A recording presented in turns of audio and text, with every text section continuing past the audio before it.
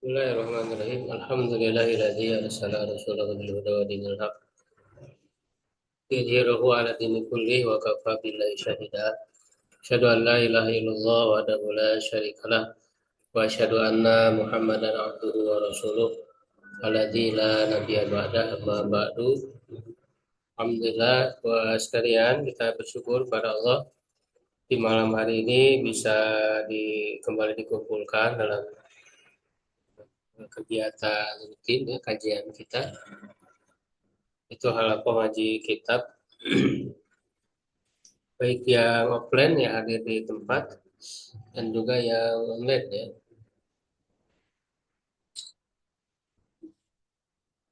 Di ahad yang pertama ya, di pekan pertama karena kita bergantian itu membahas kitab usul tafsir ya dan tafsir. Jadi ini ada dua sesi ya. Tidak ada sesi ilmu wasail atau ilmu alatnya ya, dan ada ilmu maqasid, ilmu inti. Jadi sesi pertama kita membahas ilmu alat ya. Kalau eh, ahad pertama itu berkaitan dengan Quran ya, berarti ilmu alatnya itu ilmu usul tafsir. Nah, ilmu intinya berarti ilmu tafsir. Jadi pekan kedua hadis ya, jadi mustalah hadis. Nanti ilmu intinya ilmu syarah hadis gitu. Pekan ketiga usul fikih dan ngebahas hukum ya, cuman dari hadis hukum ya, syarah hadis hukum. Dan pekan keempat bahasa Arab dan ilmu akhlak.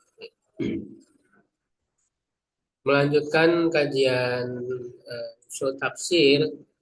Sebenarnya untuk ilmu usul tafsir ini panduan yang kita bahas itu ada dua ya. Yang pertama itu mukadimahnya tafsir Ibnu Juzai. Nah itu udah tamat, itu udah khatam. Ya, jadi bisa disimak rekamannya video itu udah khatam. Kalau yang mukadimahnya Ibnu Juzai itu membahas tentang bagaimana Quran turun dan sebagainya ya, hal-hal yang diperlukan untuk memahami ilmu tafsir ya. Nah sekarang kita ke kitab yang kedua ya, ini yaitu usul tafsir yang ditulis oleh Syekhul Islam Ibnu Taimiyah ya, Syekhul Islam Ibnu Taimiyah. Kita sedikit mengulang dulu ya, merajah apa yang sudah dibahas sebelumnya. Sini saya buat slide ya, ada slide-nya sebelum dilanjut ya ke seri berikutnya, ke pembahasan berikutnya. Nah, jadi ini mukadimah usul tafsir ya. Karya Syekhul Islam Ibnu Taimiyah rahimahullah, yang beliau itu lahir tahun 661 Hijriah dan wafat tahun 728 Hijriah. Nah, isi dari kitab usul tafsir ini ya secara ringkas ya. Yang pertama memuat pengantar. Pengantarnya itu beliau menyebut tentang sebab penyusunan. Ya, ada sebagian ikhwan ya yang meminta beliau untuk menuliskan kaidah-kaidah dalam tafsir.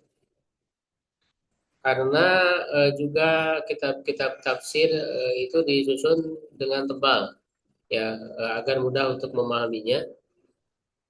Kemudian juga ada kebutuhan mendesak ya untuk memahami Al-Quran. Itu pengantarnya. Lalu isinya itu ada 5 pembahasan. Ini untuk gambaran secara umum dulu ya. Yang pertama, Nabi SAW menjelaskan mana Al-Quran. Ya, jadi Nabi itu ya, sunnah Nabi itu semuanya menjelaskan makna Al-Quran. Yang kedua, perbedaan pendapat dalam tafsir. Yang ketiga, perbedaan pendapat yang sandarannya periwayatan atau nakal. Yang keempat, perbedaan pendapat yang sandarannya istidlal, istinbat ya. Yang kelima, cara terbaik menafsirkan Al-Quran. Nah ini Jadi pembahasan terakhir di usul tafsir Ibnu Taimiyah ini adalah cara terbaik menafsirkan Quran bagaimana. Nah, yang cara terbaik yang disebut oleh Ibnu Taimiyah ini yaitu diterapkan oleh Ibnu Katsir dalam tafsir. Jadi Ibnu Katsir itu menyusun kitab tafsir ya dengan metode yang ditulis oleh Ibnu Taimiyah. Karena Ibnu Taimiyah itu gurunya Ibnu Katsir.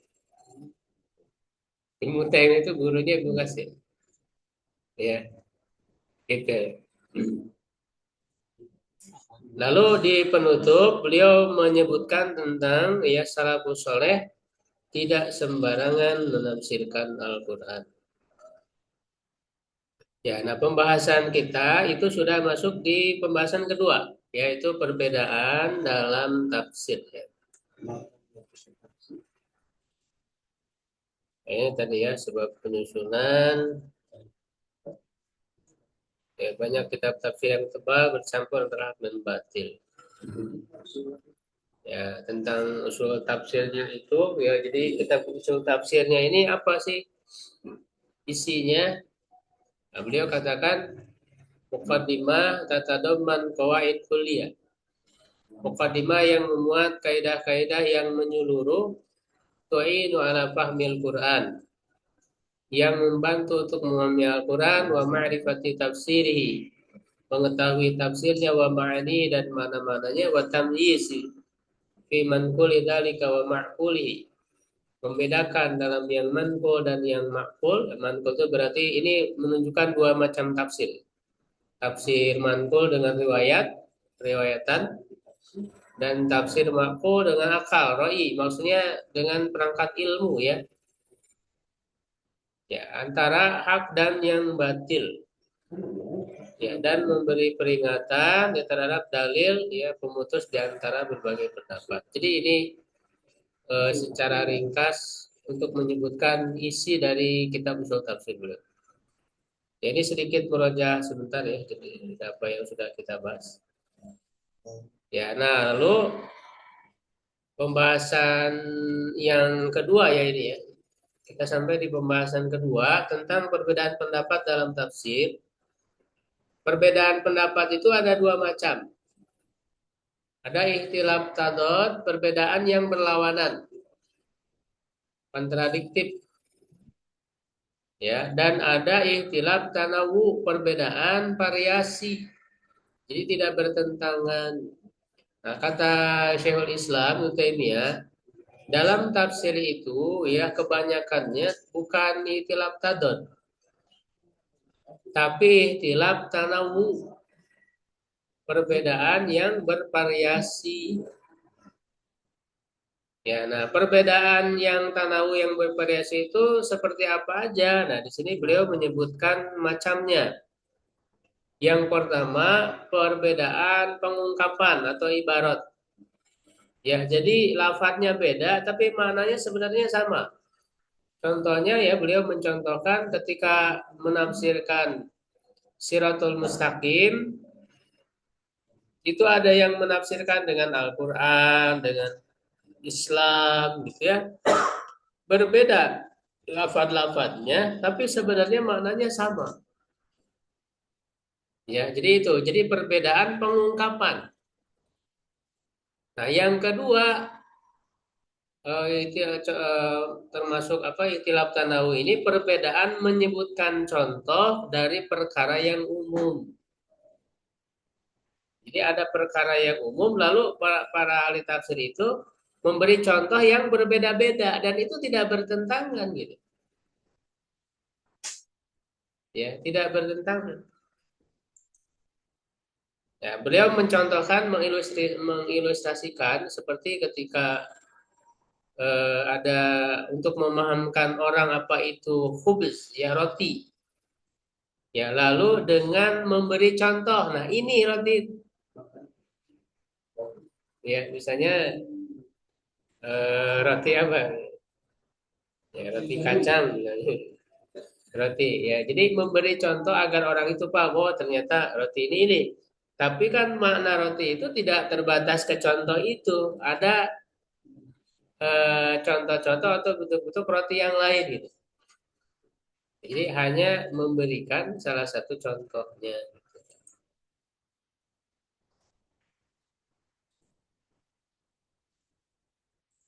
Nah, sekarang kita lanjutkan ya pembacaan kitab. Ini terakhir di Sintusani kalau di PDF halaman 43 ya yang di-share. Halaman 43. Itu beda kalau di situ beda kita.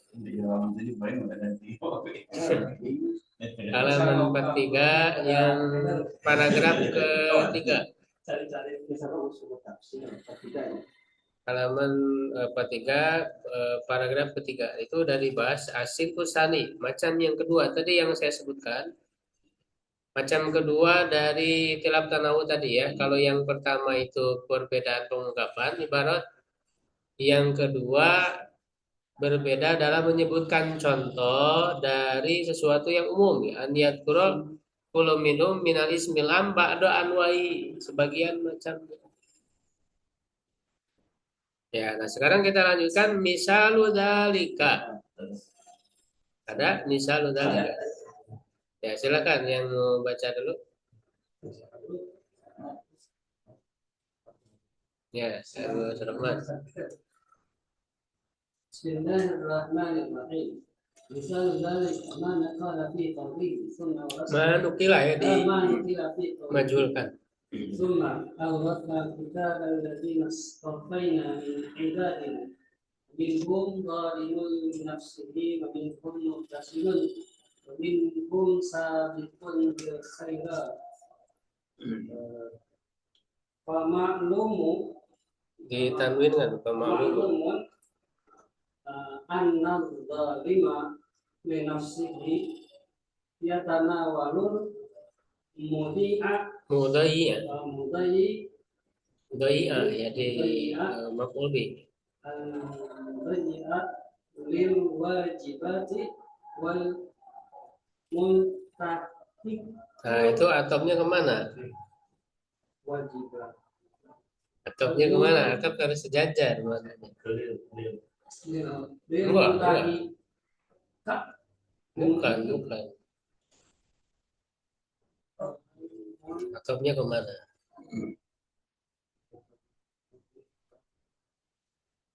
Ya, atopnya ke al-mudai'anya. Al-mudai'a lil wajibat wal muntahika lil muharramat. Jadi al-muntahika ya atau ke mudai'a.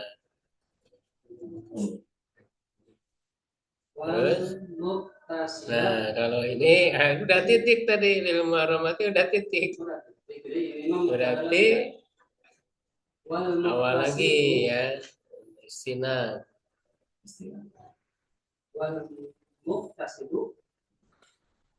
Enggak dia sebenarnya bisa juga atop, tapi atopnya kemana? Bukan ke yang tadi. Atopnya ke zolima ya mansub. Ya.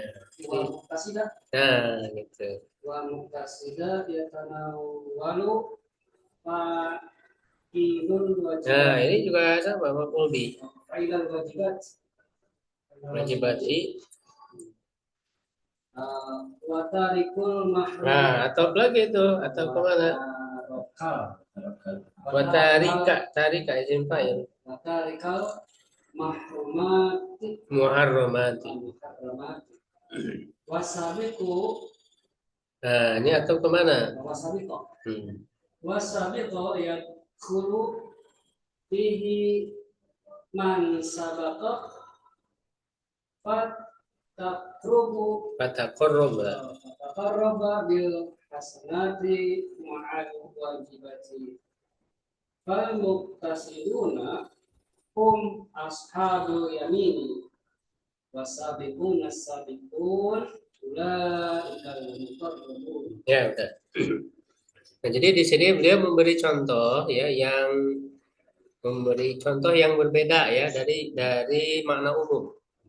Nah, contohnya di sini di surat surat Fatir ayat 32. Ya, untuk bila minasyaitonirrajim, tsumma aurasnal kitab. Ya, jadi manukila fi qaulihi, apa yang dinukil tentang firman-Nya, tsumma aurasnal kitab alladziina safainahum tufaina, ada hunya enggak di sini? Alladziina safainahu enggak ada ya?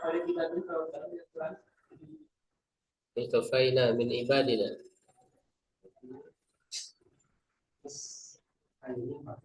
Iya, nggak ada kayaknya. Di Qurannya nggak ada ya. Nggak ada ya, nggak ada.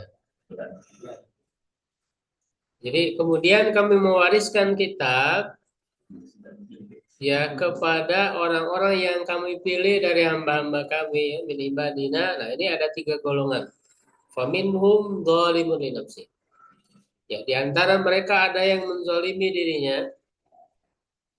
Wa minhum muqtasid, dan di antara mereka ada yang pertengahan. Wa minhum sabiqun bil khairat, dan di antara mereka ada yang berlomba dengan kebaikan. Jadi ini tingkatannya yang paling tinggi tentu sabiq bil khairat. Tapi tiga-tiganya sama menerima kitab, menerima pengajaran. Ya kan, tapi berbeda ya dalam mengamalkan.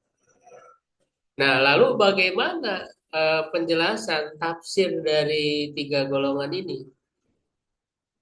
Nah, maka di sini beliau menjelaskan fama'lumun, maka sudah diketahui maklum anna dzalima li nafsihi, bahwa orang yang zalim ya terhadap dirinya, yatanawalul mudhai'a lil wajibati, mencakup orang yang menyia-nyiakan kewajiban, wal muntahika lil hurumati, ya, dan melaksanakan yang diharapkan. Jadi zalim li nafsi itu dosa ya, melakukan dosa besar, meninggalkan kewajiban, melaksanakan keharaman. Nah, sedangkan wal muktasid, orang yang pertengahan, yatanawalu fa'ilal wajibati, ya, mencakup orang yang mengerjakan kewajiban, watarikal muharramati, dan yang meninggalkan keharaman. Nah, cuman muktasid ini dia tidak melakukan yang sunnah gitu. Ya, hanya melakukan kewajiban, meninggalkan keharaman saja. Ya. Nah, sedangkan wasabiq ya, wasabiqo ya, dan orang yang berlomba dalam kebaikan ya, atau yang lebih dulu, ya dulu fi man sabaqa, masuk padanya orang yang lebih dulu, yang ada di depan, terdepan. Fataqarraba bil hasanati ma'al wajibat, maka dia mendekatkan diri dengan melakukan kebaikan-kebaikan bersama dengan kewajiban ya, maksudnya yang sunnah-sunnah ya, tidak hanya yang wajib saja. Ya, jadi dia lebih rajin ya dalam melakukan hal-hal yang sunnah. Fal muqtasiduna hum ashabul yamin. Orang-orang yang pertengahan itu adalah ashabul yamin, wasabiqun as-sabiqun ulaikal muqarrabun. Ya, sabikun itu adalah ya muqarrabun, sebagaimana di dalam sebutkan di dalam surat Al-Waqiah. Ya kan? Surat Al-Waqiah. Jadi ashabul yamin gitu ya, dan muqarrabun. Nah, thumma inna kulla minhum yadhkuru hadza fi naw'in min anwa'i ta'at. Kemudian masing-masing dari mereka menyebutkan ini pada satu macam dari macam-macam ketaatan. Nah, jadi para ulama tafsir itu mereka berbeda dalam menyebutkan contoh. Ya, asabik itu, nah di sini diberikan contoh ya, tidak secara umum. Sabik itu orang yang lebih awal, yang di depan. Allati yusalli fi awal waktu. Jadi ini contohnya. Ya, jadi ini hanya memberi contoh, tidak membatasi makna, gitu. Bahwa maknanya hanya ini, tidak. Ini hanya contoh saja. Seperti gitu ya, orang yang sholat di awal waktu. Wal muktasid alladzi yusalli fi asna'i. Yang pertengahan, yang sholat di pertengahan, waktu pertengahan. Wazal ibn nafsi alladzi yuakhirul asra ilal isfirari.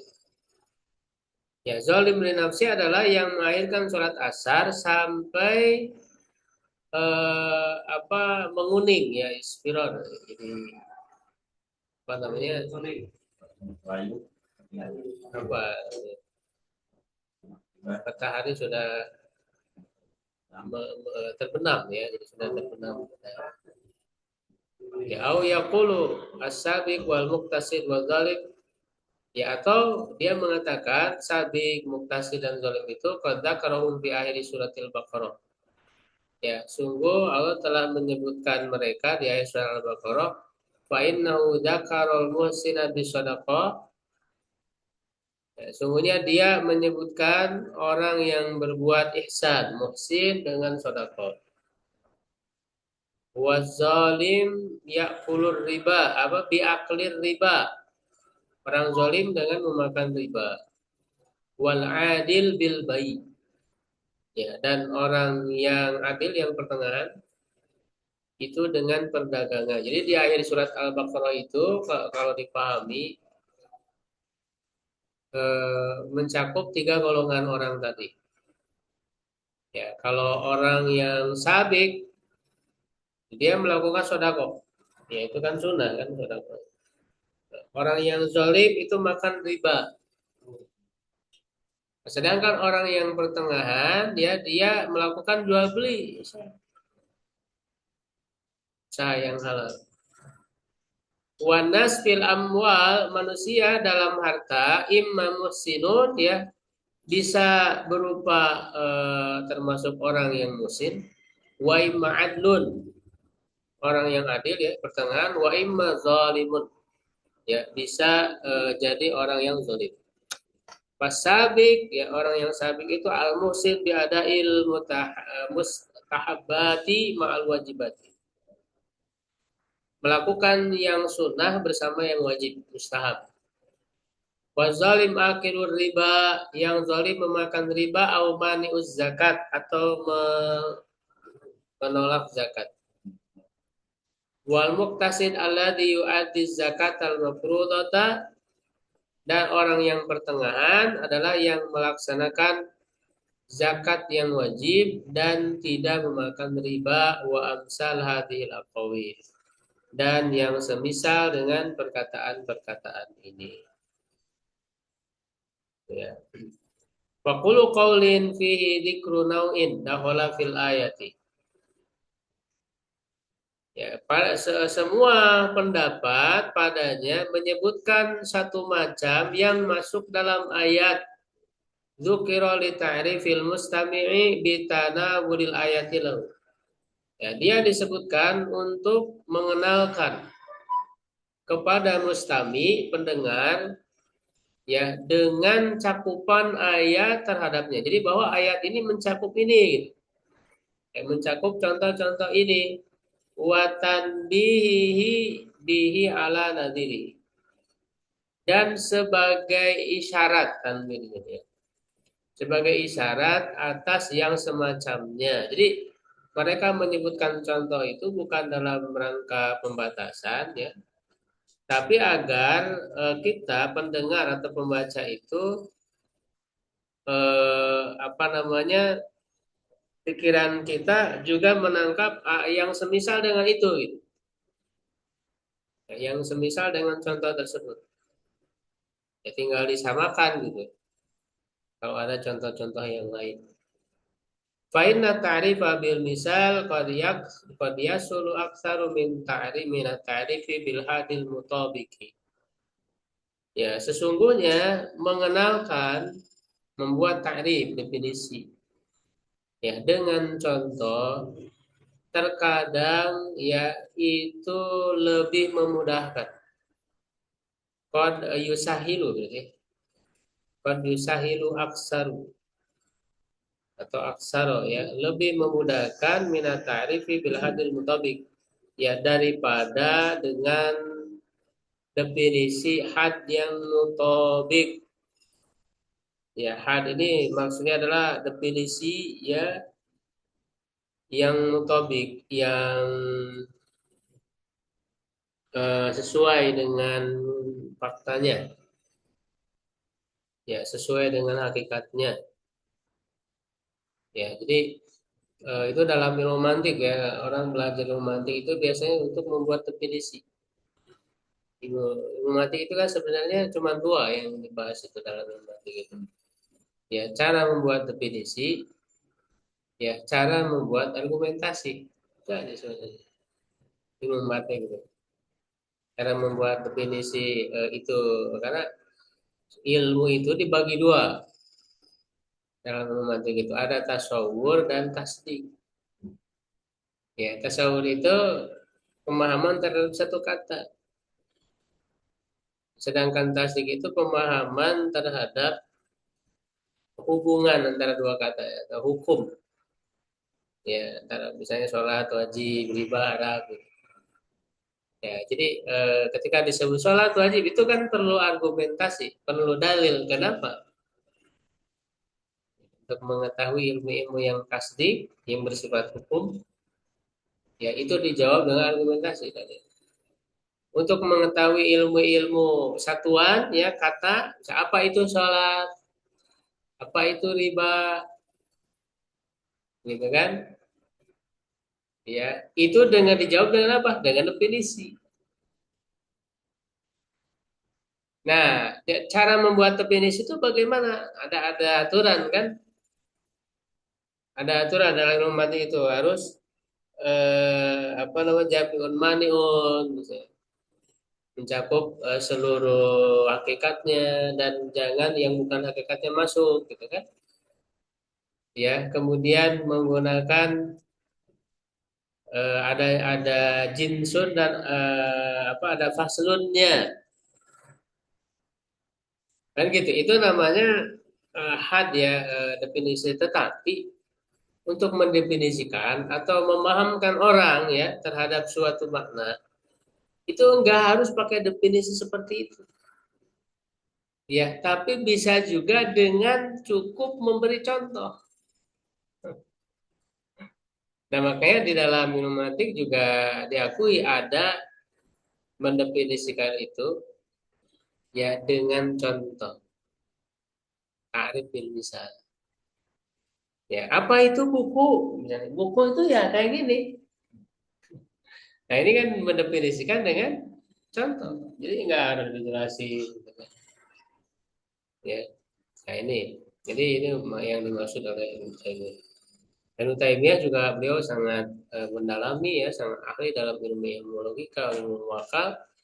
Bahkan beliau membantah pemikiran-pemikiran akal dari filsafat ya orang filsafat bahkan ilmu mantik yang warisan dari Yunani itu dikritik oleh Ibnu Taimiyah diluruskan ya bagaimana seharusnya ilmu mantik itu lebih selaras dengan prinsip-prinsip Islam ya karena ternyata banyak orang yang bergelut dengan filsafat dengan itu kan tiga itu saling bertalian ya ada ilmu mantik ya ilmu kalam ilmu filsafat itu tiga-tiganya logika ya berkaitan dengan logika bertalian nah ilmu taim itu menguasai semua ya ketiga-tiganya lalu mengetahui kelemahan-kelemahannya di mana ya dan memberikan bantahan-bantahan ya makanya paling tidak ada dua itu kitab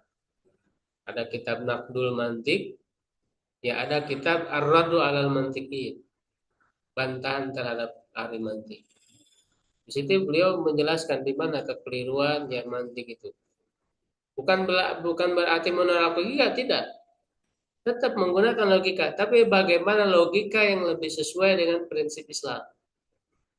Ya, dan mana yang keliru dan banyak orang yang bergelut dengan ilmu kalam, ilmu filsafat yang terjebak pada kekeliruan. Ya, yang terjebak pada kekeliruan. Ya, salah satunya ya berkaitan dengan sifat Allah. Ya, bahwa misalnya harus didefinisikan gitu, paham itu. Apakah sifat-sifat Allah itu bisa dipahami? Ya, kalau dipahami, apakah otomatis sama dengan makhluk, tangan Allah, wajah Allah, gitu. Ya kan? Itu mereka kan menuntut kalau paham apa definisinya harus didefinisikan, ya kan? Padahal pemahaman terhadap sifat Allah itu pemahaman yang sedikit, gitu ya, karena tidak tahu wujudnya, hakikat wujudnya bagaimana. Kita tidak tahu. Nah, makanya definisi itu tidak harus dengan membuat definisi sesuai aturan dalam romantik. Ya, misalnya cinta. Ya, cinta itu paham nggak kita yang namanya cinta? Paham kan? Cinta itu paham, tapi definisinya gimana? Susah didefinisikan, ya kan? Misalnya, jadi ada hal-hal yang sudah kita pahami gitu, tapi tidak butuh kepada definisi, tidak harus didefinisikan. Dan orang-orang yang bergelut dalam ilmu logika ya, itu dalam prakteknya mereka tidak selalu mengikuti aturan dalam membuat definisi dalam romantik karena sulit dalam prakteknya. Nah, itulah diantara yang dikritik oleh Ibnu Taimiyah ya, soal romantik itu. Jadi kalau ingin lebih dalam lagi belajar romantik, bukan hanya belajar romantik yang tersebar gitu ya, tapi juga kita belajar di mana kelemahan-kelemahannya. Jadi antaranya yang sudah ditulis oleh Ibnu Taimiyah. Ya, dan ternyata apa yang ditulis oleh Ibnu Taimiyah itu kemudian juga diikuti oleh para ilmuwan-ilmuwan modern sekarang. Ya, bahkan para ahli filsafat Barat juga mereka mengambil dari Ibnu Taimiyah ya, dan mengkritik mantik kuno, ilmu mantik logika kuno ini. Gitu. Nah, jadi kaitannya dengan tafsir ya kata beliau itu bahwa memberikan definisi dengan contoh itu lebih mudah, lebih bisa memudahkan. Wal aqlus salimu yatafattanu lin nau'i. Akal yang sehat ya itu akan memahami ya dengan mudah atau dengan cerdas ya, karena dari kata fitnah ya yatafattanu kepada macam kama yatafattanu idza usyira lahu ila ragifin. Ya, sebagaimana dia akan memahami atau cerdas ya apabila ditunjuk ya kepadanya kepada rogib. Rogib ini salah satu jenis roti. Ya, salah satu jenis roti ya namanya rogib. Faqila lahu lalu dikatakan kepadanya hadza huwal hubzu ini adalah roti. Jadi akal yang sehat kata beliau itu akan mudah memahami kepada contoh ya kepada macam daripada hanya digambarkan ilustrasi ya dengan hayalan gitu sesuatu yang abstrak itu akan lebih mudah memahami dengan sesuatu yang konkret yang ada contohnya kata beliau ya waqad yaji'u katsiran min hadzal babi qaulu terkadang waqad yaji'u katsiran nah ini qad ini kalau masuk ke fi'il mudhari itu sebenarnya bisa artinya kadang-kadang bisa juga sungguh bisa sungguh juga bisa di Quran bahkan ada ya nggak suka fi'il mudhari tapi maknanya sungguh ada di Quran. Nah, kalau aflah kan madi.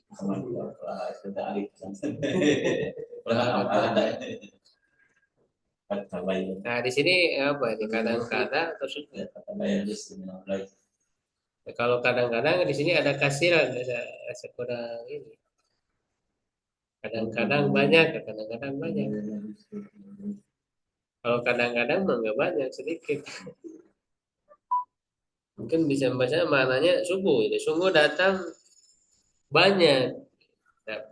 Banyak datang min hadzal babi dari bab ini qauluhum perkataan mereka hadil ayatu nuzilat fi kada. Ayat ini turun berkenaan dengan ini. Nah, jadi ketika disebut hadil ayat nuzilat fi kada.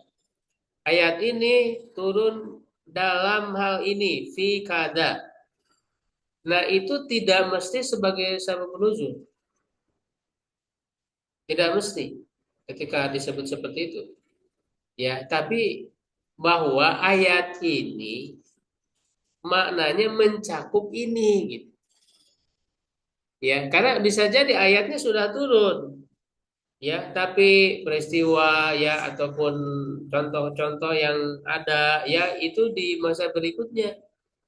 Ya, karena kalau ayatnya udah turun lalu peristiwanya belakangan kan tidak bisa disebut sebab nuzul. Yang namanya sebab nuzul itu peristiwanya dulu baru turun ayat, gitu kan? Nah, ini ayatnya udah turun. Nah, jadi kalau ayatnya udah turun, peristiwanya belakang itu bukan sabab nuzul. Tapi ketika disebut nuzila fi kada, itu maksudnya makna ayat ini mencakup ini gitu. Ya, jadi peristiwa tersebut atau kasus tersebut tuh apa eh, ter, termasuk ya dalam ayat tersebut maknanya.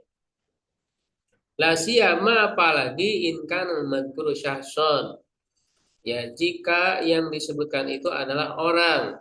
Kasbabin nuzulil madhkurati fit tafsir. Seperti sabun nuzul yang disebutkan dalam tafsir. Inna ayat az-zihar nuzilat fi mro'ati Sabit bin Qais bin Shimas. Sesungguhnya ayat zihar itu diturunkan berkenaan dengan istri Sabit bin Qais bin Shimas. Wa inna ayat al-li'ani nuzilat fi Uwaimir al-Ajladi. Ayat li'an ya saling melaknat antara suami istri itu diturunkan berkenaan dengan Uwaimir al-Ajlani au Hilal bin Umayyah atau Hilal bin Umayyah. Wa inna ayat al-kalam nuzilat fi Jabir bin Abdullah. Sesungguhnya ayat kalalah yang diturunkan berkenaan dengan Jabir bin Abdullah. Wa inna qawlahu dan sesungguhnya firman-Nya wa anihkum bainahum bima anzalallah nuzilat fi Bani Quraidah wan Nazir.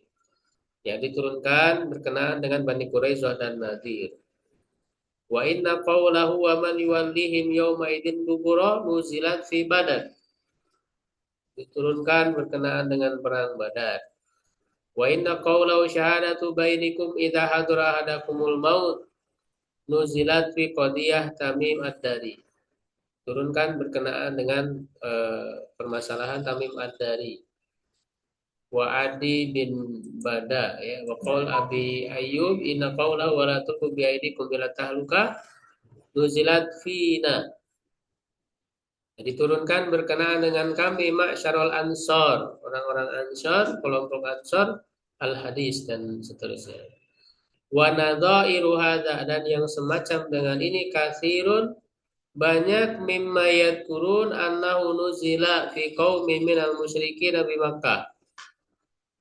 Ya, dari apa yang mereka sebutkan bahwa ia diturunkan berkaitan dengan kaum musyrik di Mekah au fi qaumin min ahli kitab atau tentang kaum ahli kitab al-Yahud wan Nasara au fi qaumin minal mu'minin atau kaum orang beriman. Falladzina qalu lam yaqsudu yang mereka katakan orang-orang yang berkata itu tidak memaksudkan anahumul ayat mutasun biulaikal ayani duna ghairi bahwa hukum ayat itu khusus dengan mereka tanpa yang lainnya. Fa inna hadza la yaqulu muslim wala aqilun alal itlaq.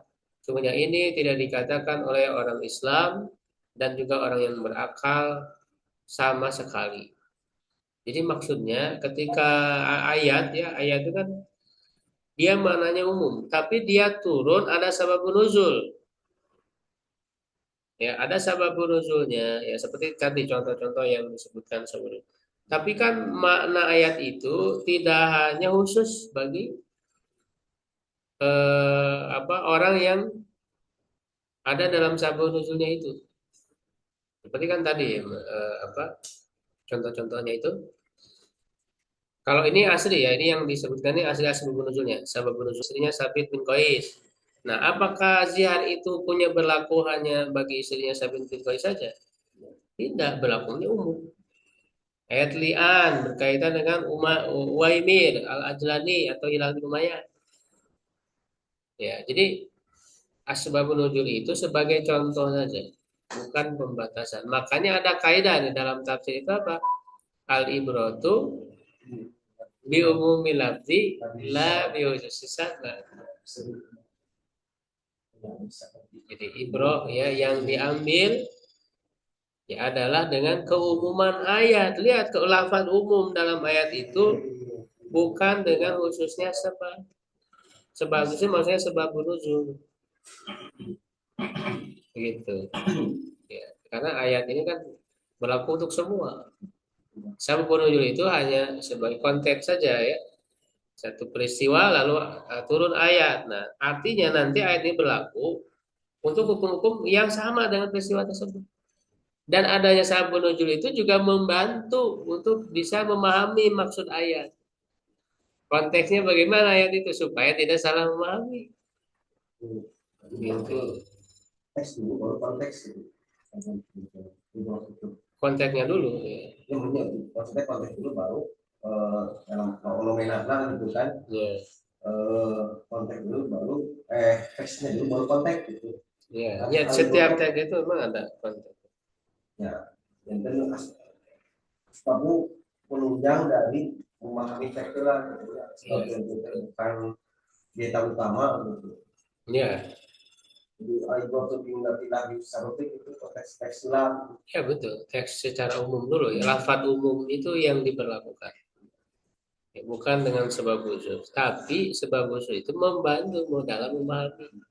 Menguatkan teks, Iya, menguatkan memperjelas makna teks. Karena bisa jadi orang salah paham dari lafaz itu. Ya, ketika ada sebab nuzul, oh maksudnya ke sini. Gitu. Seperti itu pernah di apa namanya jadi suatu hal yang rancu ya dia dianggap rancu ya secara sepintas ya oleh siapa ya salah satu sahabat ketika apa berkaitan dengan tawaf ya wala junaha alaikum ayyatawafun ya tidak mengapa kalian tawaf ya tawaf di situ maksudnya sa'i ya itu ayatnya gimana ayat lengkapnya awalnya inna sofa wal marwata min sya'airillah terus paman atau Inna safa wal marwata min sya'airillah paman itu mah ada inna sofa wal marwata min sya'airillah paman hajjal baita fala junaha paman hajjal baita fala junaha alai an yatawafa bihima siapa yang melaksanakan haji ya di Baitullah maka tidak mengapa ya dia tawaf di antara keduanya tawaf di situ maksudnya sa'i antara Safa dan Marwah nah itu kan ada kata tidak mengapa seakan-akan itu hukumnya mubah ya seakan-akan itu hukumnya mubah padahal hukumnya kan wajib itu orang kalau hanya memahami dari lafaz saja itu bisa salah paham maka kalau kita mengetahui sababun nuzul ayat itu yaitu apa sababun nuzulnya oh, para sahabat itu mereka apa namanya merasa risih untuk melakukan sa'i ya apa namanya ragu-ragu untuk melakukan kenapa karena sa'i itu dulu dilakukan oleh orang-orang musyrik ya karena ada berhala di situ di antara Safa dan Marwah itu dilakukan oleh orang-orang musyrikin Mekah ya karena di dua bukit itu ada berhala di masing-masingnya itu ya nah maka para sahabatnya ragu untuk melakukan itu khawatir menyerupai yang dilakukan oleh orang-orang musyrik gitu maka oleh Allah dikatakan faladuna tidak mengapa jadi tidak mengapa itu bukan menunjukkan makna mubah nah itu kan salah satunya salah satu bahwa kita memahami lafaz ayat ya itu bisa lebih jelas dengan mengetahui sabab nuzul Banyak ini dibahas ya dalam kitab-kitab ulumul Quran. Ya ini salah satunya yang disebutkan oleh apa, Syekh Ali Asobuni ya dalam kitab At-Tibyan fi Ulumul Quran. Tibyan fi Ulumul Quran itu ada di kitab-kitab ulumul Quran ada. Ya, sangat banyak kitab-kitab di antaranya At-Tibyan itu cukup ringkas ya. Ditulis oleh Muhammad Ali Asobuni kontemporer ya. Rahimahullah.